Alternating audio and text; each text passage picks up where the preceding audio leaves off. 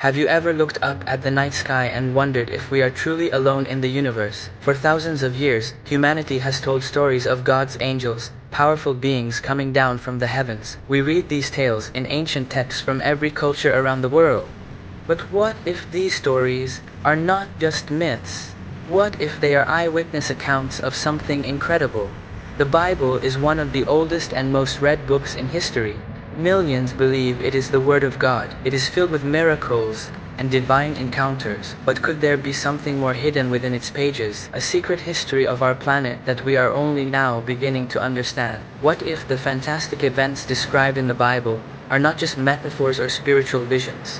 What if they are descriptions of real, physical events? Events that involve technology so advanced that ancient people could only describe it in the language of the divine. One of the most powerful and mysterious accounts in the entire Bible comes from the prophet Ezekiel, around 600 BC, while living as an exile in what is now modern-day Iraq. Ezekiel had a vision that has baffled scholars for centuries. He describes seeing a great storm cloud coming from the north. But this was no ordinary storm. He says it was a whirlwind with flashing fire and brilliant light all around it. At the center of the fire was something that looked like glowing metal. Is this simply poetic language to describe a divine vision? Or is Ezekiel trying his best to describe something he had never seen before? Something mechanical, something not of this world. As Ezekiel looks closer, he sees 4 living creatures within this fiery cloud. Each creature had 4 faces: man, lion, ox, eagle. They also had 4 wings. These beings moved with incredible speed, flashing like lightning. Ancient astronaut theorists ask a simple question: are these biological creatures? Or could they be something else? Perhaps they were pilots or robotic drones, seen through the distortion of a powerful energy field. Next to each of these creatures, Ezekiel saw something on the ground. He describes it as a wheel within a wheel. These wheels were the color of sparkling beryl, a type of gemstone. He says their rims were high and awesome, and they were full of eyes all around. When the living creatures moved, the wheels moved with them. When the creatures flew into the air, the wheels went with them. The movement was perfectly synchronized because, as Ezekiel states, the spirit of the living creatures was in the wheels. Could this be a description of an advanced landing gear system, a gyroscopic propulsion device? The eyes could easily be interpreted as lights, rivet sensors on a sophisticated machine. Imagine an ancient person, with no knowledge of machinery or aerospace engineering, trying to describe a modern helicopter or a landing spacecraft. They would use the words and concepts they knew.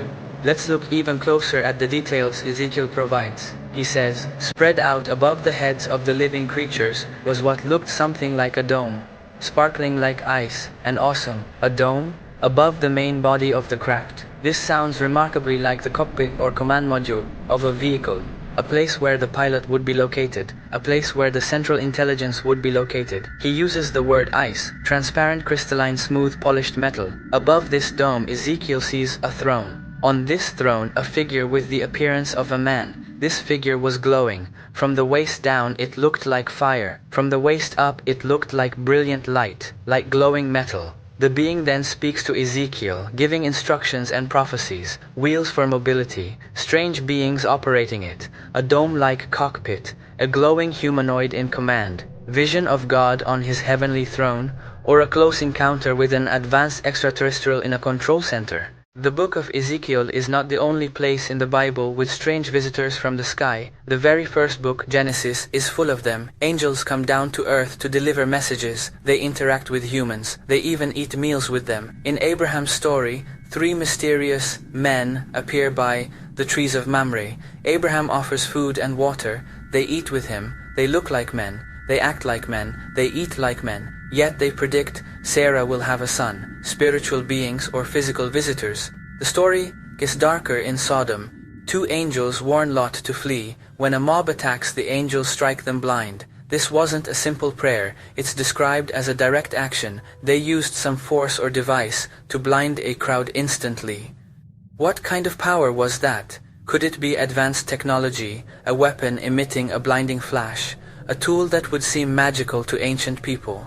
Then Sodom and Gomorrah are destroyed. Something rained from the sky and obliterated cities. The story of the prophet Elijah contains one of the most direct and startling descriptions of a possible extraterrestrial vehicle in the entire Bible. In the second book of Kings, we are told about the end of Elijah's time on earth. He is not described as dying in a normal way. Instead, he is taken up into the sky in a spectacular event. As Elijah and his successor, Elisha, were walking and talking, suddenly a chariot of fire and horses of fire appeared and separated them. A chariot of fire? What could that possibly be? It sounds less like an animal-drawn cart and more like a brilliant, fiery, self-propelled vehicle. After the fiery chariot appears, Elijah went up by a whirlwind into heaven. He is taken physically from the ground and carried into the sky in a powerful vortex of wind. His student Elisha watches the entire event, crying out, my father, the chariots, the horsemen of Israel." He then picks up Elijah's cloak, which had fallen to the ground. This was not a dream or vision. It was a physical abduction, witnessed by another person.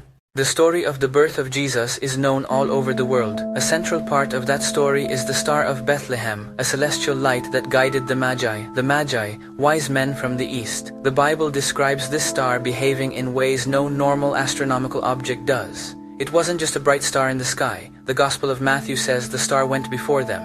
It moved. It led them on their long journey to Jerusalem. This is not the behavior of a star, a planet, a comet. Those objects follow predictable paths across the sky due to Earth's rotation. This object seemed to have its own agenda. The star's behavior becomes even more specific and strange. After the Magi speak with King Herod, the star reappears and continues to guide them. The text says it went before them till it came and stood over where the young child was. Think about that. An object in the sky moved, stopped, and then hovered directly over a specific house in Bethlehem. How's it possible for a celestial body? The only explanation that fits all the details provided in the text is that the star was a powered object under intelligent control. Could the Star of Bethlehem have been a ship, a probe, a drone? We have looked at just a few examples: Ezekiel's fiery wheel, the angels who ate with Abraham, Elijah's chariot of fire, the guiding star of Bethlehem. But these are not the only ones. The Bible is filled with strange accounts that defy easy explanation. We see pillars of cloud by day and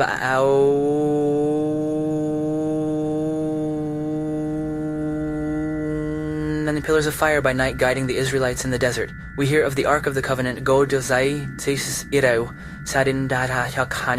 golden box with incredible powers, a box that could strike people dead and level city walls. We read about Moses meeting God on Mount Sinai, amidst smoke, fire, and the loud blast of a trumpet, an event so terrifying the people begged for it to stop. Could all of these events be connected? Are they part of a single incredible story of extraterrestrial interaction with ancient humanity, a story misinterpreted for millennia as purely spiritual or mythological? What if the beings we called angels and gods were actually scientists, explorers,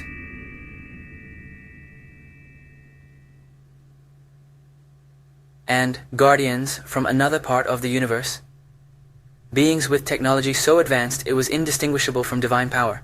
They gave us laws, influenced our history, and watched over our development. The evidence, when you look for it, is everywhere, not just in the Bible. The Sumerians, the Egyptians, the Greeks, and the civilizations of the Americas. The question is no longer, is there evidence? The question is, are we willing to see it? We must be brave enough to challenge our old beliefs and look at these ancient stories with new eyes. We must apply our modern understanding of technology and physics to these accounts.